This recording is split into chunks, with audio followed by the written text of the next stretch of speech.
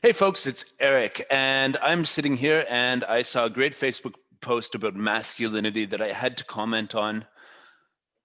So let's talk about masculinity. Let's talk about civilization and masculinity, and let's talk about specifically weak men, um, effeminate men, and then we'll also verge into toxic masculinity and individualist sort of masculinity and the way things are in a lot of places these days. I think I can cover with those three. I can sort of cover the three ways that people are in this day and age as men.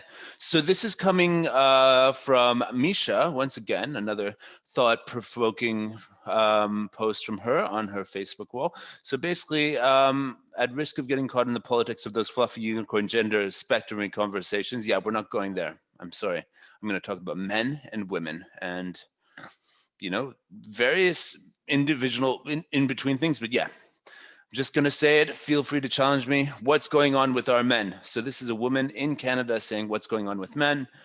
They've been neutered by the culture. Yes. And is it a strictly conscious community thing? Yes. Okay. No, it's not. It's not just the conscious community.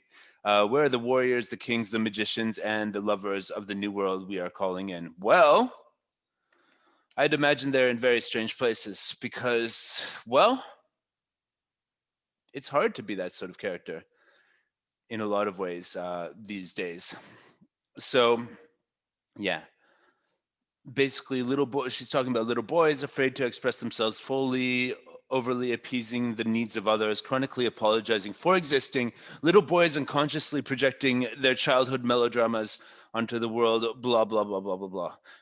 Lots of stuff here. I feel safe with men who know how to create order out of chaos. I mean, it's a very interesting thing to point out, and it takes a lot of maturity to actually be able to point that out and not feel vulnerable.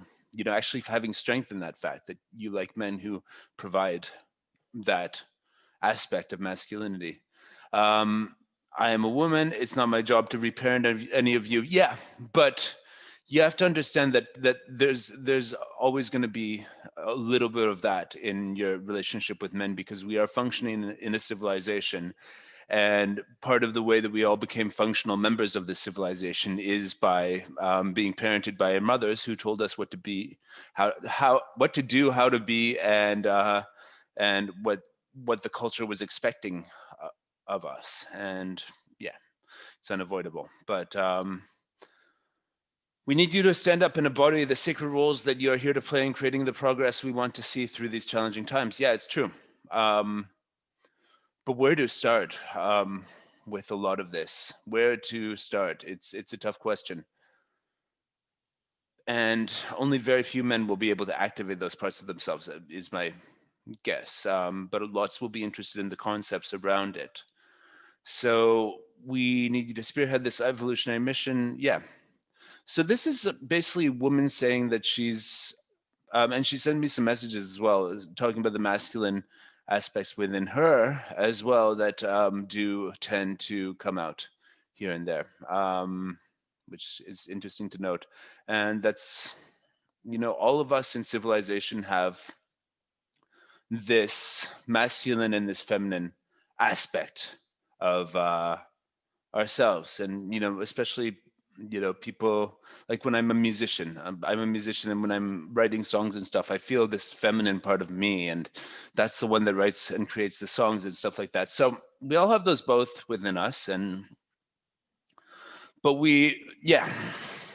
let's just say that there's a lot of confusion around what role men should be playing in the 21st century. So let's backtrack how we got here. Now, if you look at spiral dynamics, the system that I'm always talking about on this channel, you really should look into it. Spiral dynamics. There's stages of human evolution. And for this purpose of this conversation, we're going to talk about how this affects masculinity. And we're going to talk about from the stage red. So stage red is the ego power stage, raw individualist power that you would think of mafia bosses, you would think of Vikings, you would think of criminals and people that just see power, take it, have their way, and take what's theirs. And a lot of women find this very attractive somehow. This ability for a man to be forceful and even violent if necessary, and that's a very low stage masculinity on the spiral there. And what you have is basically, yeah, on the spiral, societies go from individualistic to collectivistic stages. So what comes after that? Traditional society, where men and women are collectively getting together to form this thing called civilization, the family, which is governed by things like religion and social contracts and sacrificing yourself to be a part of a greater society, a nation, and all that stuff. This is where this is how you stop having Vikings running around raping everybody. Is you basically you tame those men and put them into religion with moralistic teachings of what to do and what not to do. You put them in relationships with women. You put them in traditional gender roles, which tell them what they need to do as a man, as a father, as a brother, as a son. And you hold them to that in a sort of relatively dogmatic way. And so all right, so being from Canada and having family that was not from Canada, being the first generation of my family, my father's family, where I get my masculinity from, born in Canada, I see some different stuff, So indeed, I did move to Serbia because I was not happy with the brand of masculinity that living in Canada was giving me.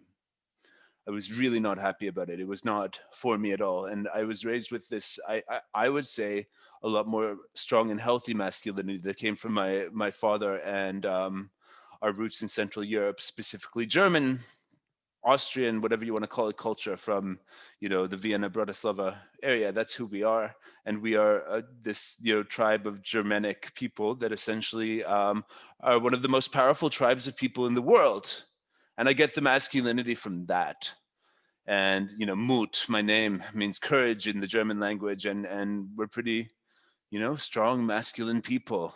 If I look into the tradition. But what you have in these traditional societies and the gender roles of man and woman, even arranged marriage was kind of a thing until very recently in these societies. And you followed, so a lot of, you had a much more healthier, more traditional embodiment of men and women in gender roles, sort of fulfilling different roles in the family, which still exist, and people reject a lot of them in modern day times, and I'll tell you why in a second. But you also had this suppression of the male will and fitting into the collective of a society, basically. So,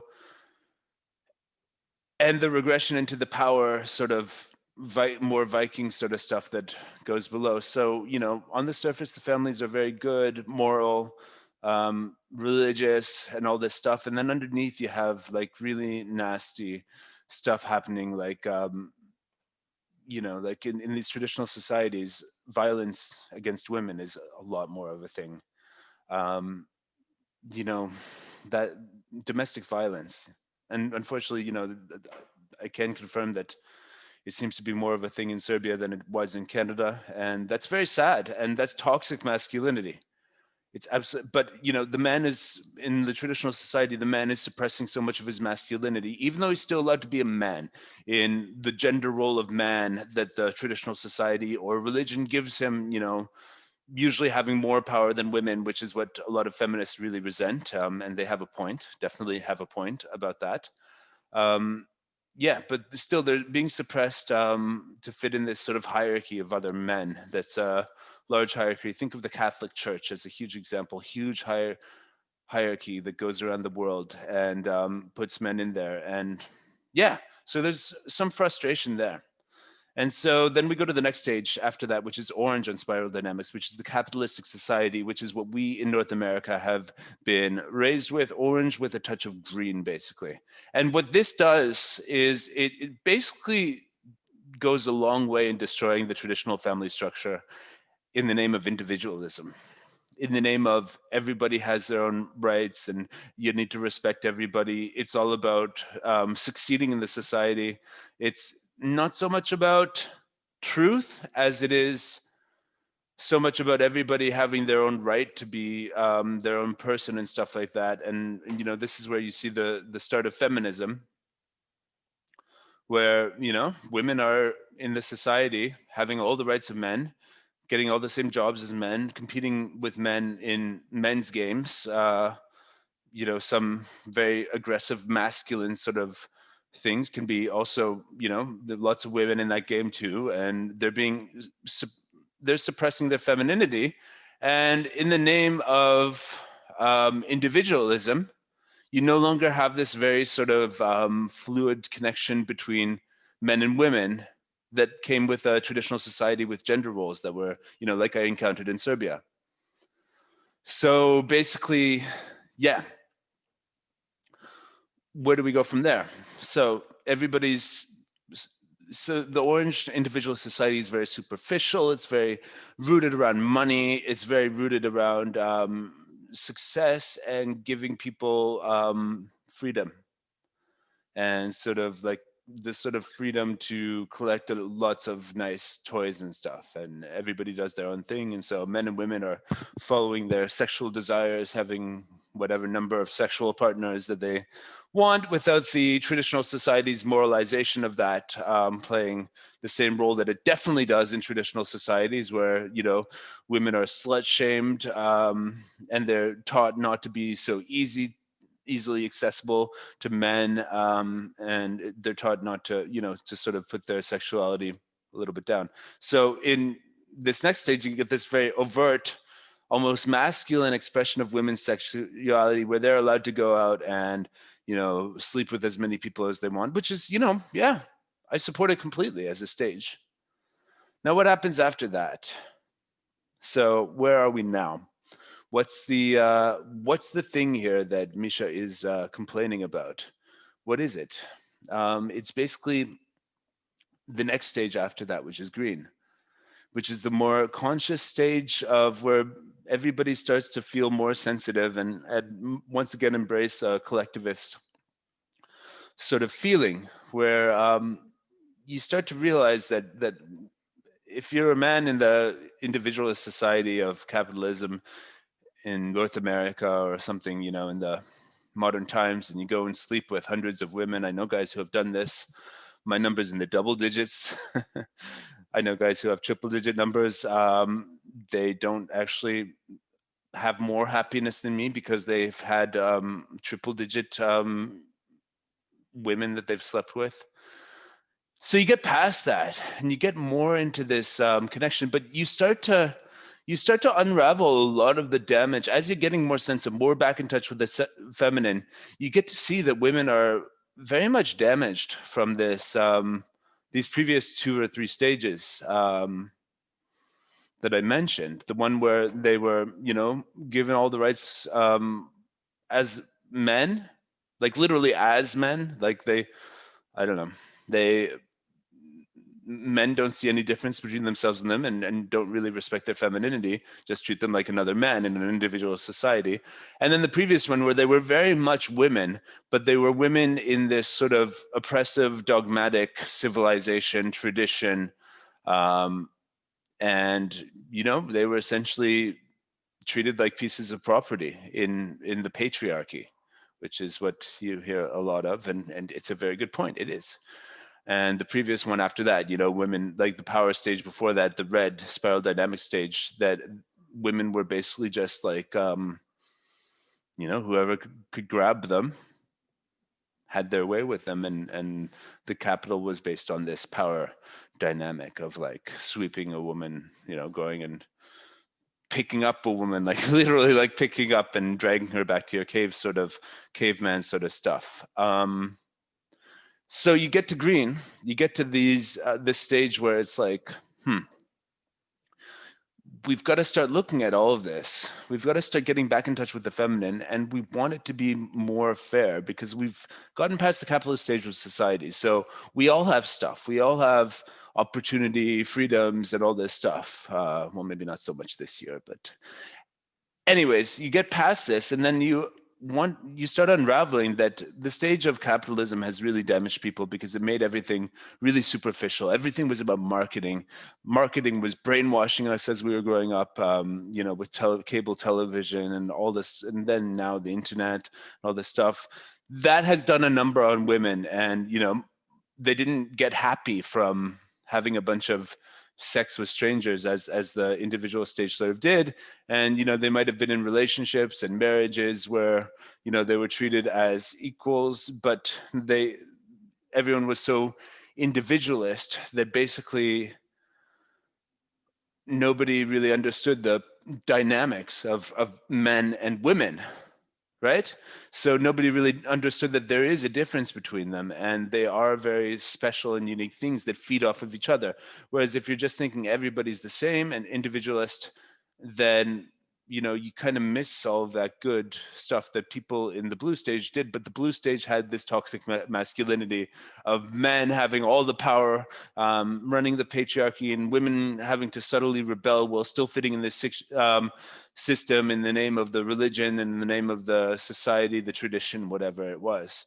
And well, the stage before that, the red one, the Viking stage, I don't think I need to tell you what's unhealthy about, men just being violent and having their way. Regardless, not thinking of the consequences. That's the most damaging thing to femininity, is to be violated like that. So you get to green, and then this is where you get these little pussycat men that tend to live in places like Canada. And so essentially, through the stage of individualization, gender was sort of erased in a certain way. And then after that, you realize that men and women are different, but the women have become so much like men and the men have become so much like women that you really don't have this healthy gender balance like you did on the blue stage in some way, because people find these traditional societies very quaint and nice, and it worked for a really, really long time, and it brought us where we are in society today, despite the downfall. So one of the downfall of this current stage green, where everybody's so sensitive, so focused on social justice, so focused on being conscious, fair, helping humanity as a whole raise to a higher level, saving the planet, all that stuff, is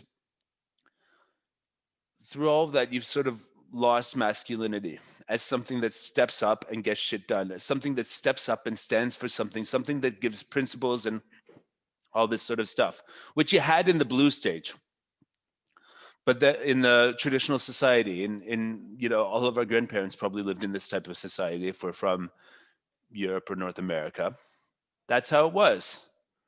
Men and women functioned together. Men stood for something and women stood for something, and that's how it was. And they were following the ideology of the society and standing up and going to war and all this stuff for their country, their family, their nation, and all that stuff. Large parts of the US still exist like this. Large parts of Eastern Europe still exist like this, like Serbia, where I actually live most of the time. And it was really nice to be able to go back there when I was exploring myself in my 20s, to go back to that sort of world that my grandparents would have grown up in, and those types of gender roles. And Slavic women are very beautiful, and they offer a huge amount of femininity based on that. And yeah, I did get kind of disillusioned by the whole thing, because ultimately I found when I got a girlfriend, what it came down to is she wanted to be essentially put in that sort of those boundaries of that sort of traditional society. And I wanted a woman who was actually on, the stage green, the more like modern collectivist version, which is not just I'm in a traditional society, I'm a part of the patriarchal system. It's I'm a woman discovering her essence and how it can best share it with this planet. And so, yeah, once you unravel at green, you get to green and you unravel all the damage that these stages and men and toxic masculinity and superficial masculinity, individuality has done to women, you end up having men who are just so sorry about the whole thing, who are just so we know that it's men that did this damage to women and not the other way around. And lots of our mothers were raising us to be safe.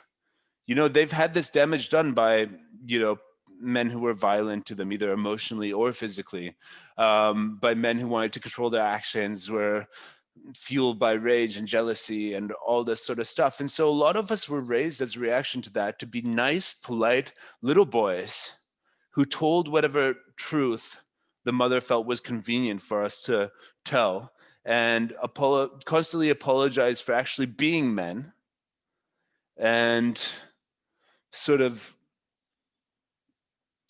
not stand up and be men.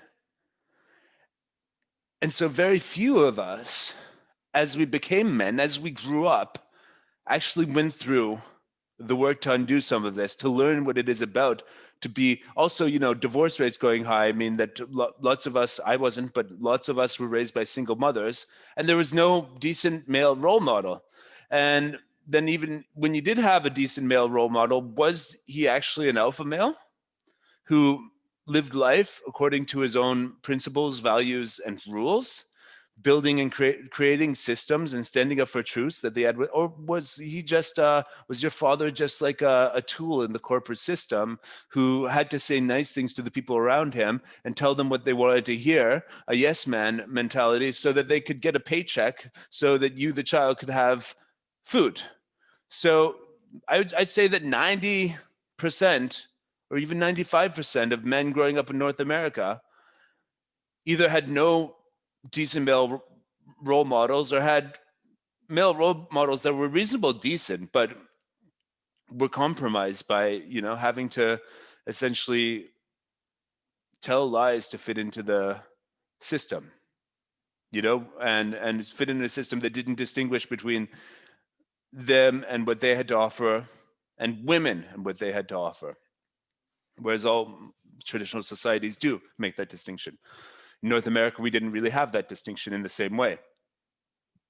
So my father was a strong guy, from the Austrian tradition, from the Austro-Hungarian empires. Our family, we were, some sort of aristocratic class there. And also I grew up in a neighborhood of Canada, which was full of successful, sort of driven men who got shit done and made shit happen according to themselves. So I kind of dodged the bullet on this, but still I had to go and undo a lot of the programming, which was to be a fucking pussycat.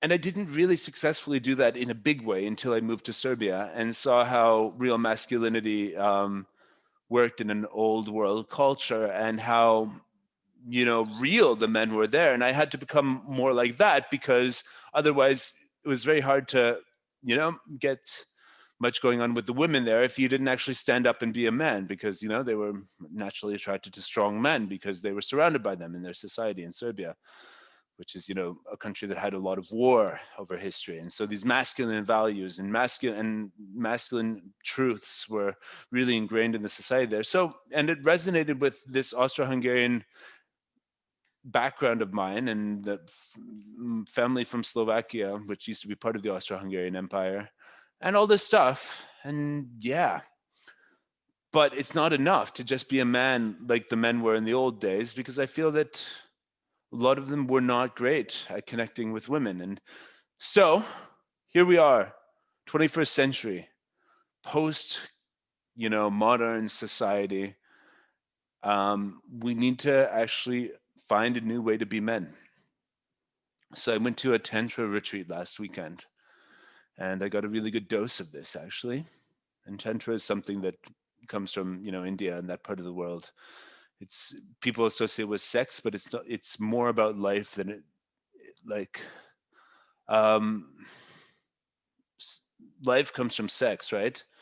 So sex, Tantra is a metaphor for life, and also part of the teachings are sex, and sex is the most powerful energy that we have. And so it's all intertwined anyways, but we were equal numbers of men and women, and basically it was teaching us a very conscious masculinity this weekend, to actually embody the masculine, and feel how great it is to be a man and interact with women, respecting them completely, their goddess energy. It teaches you how to realize that you have the divine in you, to explore that through your sex and your sexuality.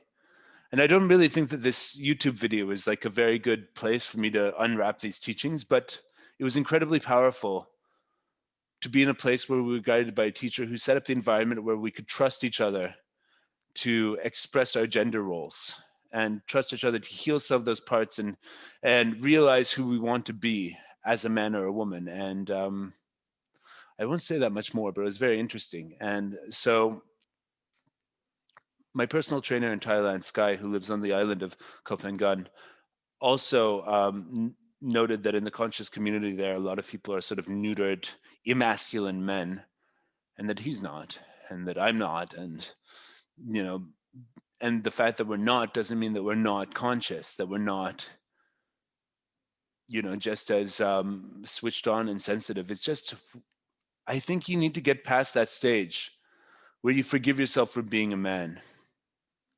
And you take responsibility for the fact that lots of fucking shitty men, for whatever reason, blame it on civilization, blame it on, you know, violence, blame it on the difficulties of life itself. But a lot of shitty men have done a lot of shitty things to women. That doesn't mean that you shouldn't be a man. That doesn't, it's even more of a great reason to step up and actually be a good man, to step up and be a man that understands women, that understands their needs, rather than apologizing for being a man and having that awkwardness of that apology cut you off from actually listening to the women. So again, let's go over this post. The world we're building together cannot be adequately constructed by little boys tiptoeing on eggshells. Absolutely. So stop it. Little boys afraid to express themselves, fully over appeasing. So this is the level of consciousness where you get, and you start thinking on spiral dynamics, yellow, the stage after green, where you think of a system that involves masculine energy, women's energy, and you look at all the previous stages, all the shitty men, all the shitty women, all the different people, the different stages and their different struggles of humanity. And what we really need is leaders stepping up and owning their sexuality, owning their sex, owning the pretty much right that they have been given as a human being to explore themselves and their emotions and to learn life to a point where you can constantly do better in contributing to those around you. We're all fucked up. We're all wounded. We're all, you know, society has left none of us pristine. We've all got sort of wounds and marks and all over us. But, you know, there's a huge opportunity for men and women to stand up and embody a more evolved consciousness. And it cannot happen until men stop making excuses for themselves and enjoy who they are and lead from full consciousness of who they are, knowing their role, knowing the power that they have, and knowing the knowledge that, you know, they can be in control of their own life and embody principles and values and make the world a better place. We don't lack people to be led. We lack leaders to lead them. So if you're a man and you want to step up, the world is yours. Thanks a lot, guys. Thanks a lot, Misha, for inspiring this. I'll catch you later.